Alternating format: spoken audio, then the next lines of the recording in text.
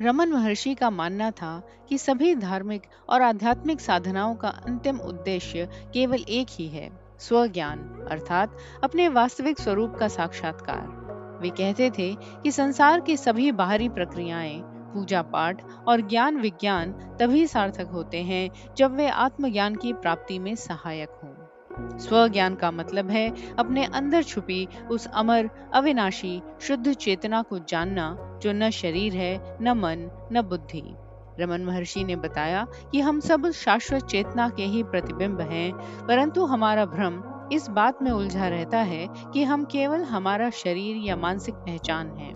यही भ्रम हमें दुख, भय और अस्थिरता में फंसा देता है। उनका उपदेश था कि इस भ्रम से मुक्त होने का सबसे सरल और प्रभावशाली तरीका है आत्म प्रश्न या स्व निरीक्षण, मैं कौन हूँ। यह प्रश्न हमें सतही स्तर के सोच विचार से ऊपर उठाकर सीधे अपने असली स्वरूप की ओर ले जाता है।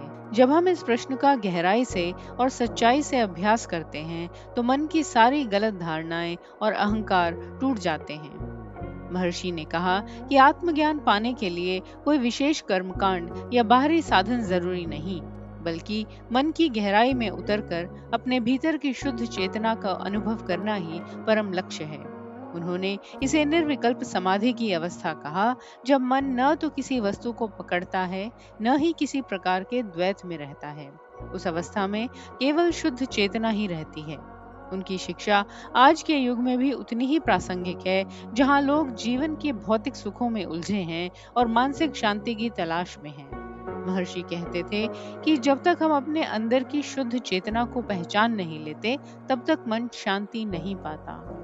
अतः महर्षि की शिक्षा का केंद्र बिंदु अत्यंत सरल होते हुए भी अत्यंत गहन है, स्वज्ञान।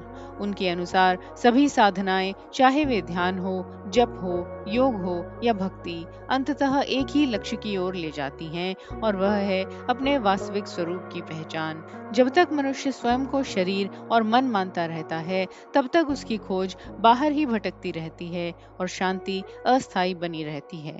रमन महर्षि स्पष्ट रूप से कहते हैं कि हमारा असली स्वरूप न यह नश्वर जीवन है और न ही चंचल मन, बल्कि वह शुद्ध चेतना है जो शरीर और मन दोनों को जान रही है। शरीर बदलता है, मन के विचार आते जाते रहते हैं, लेकिन जो इन्हें जानता है वह अपरिवर्तनीय है।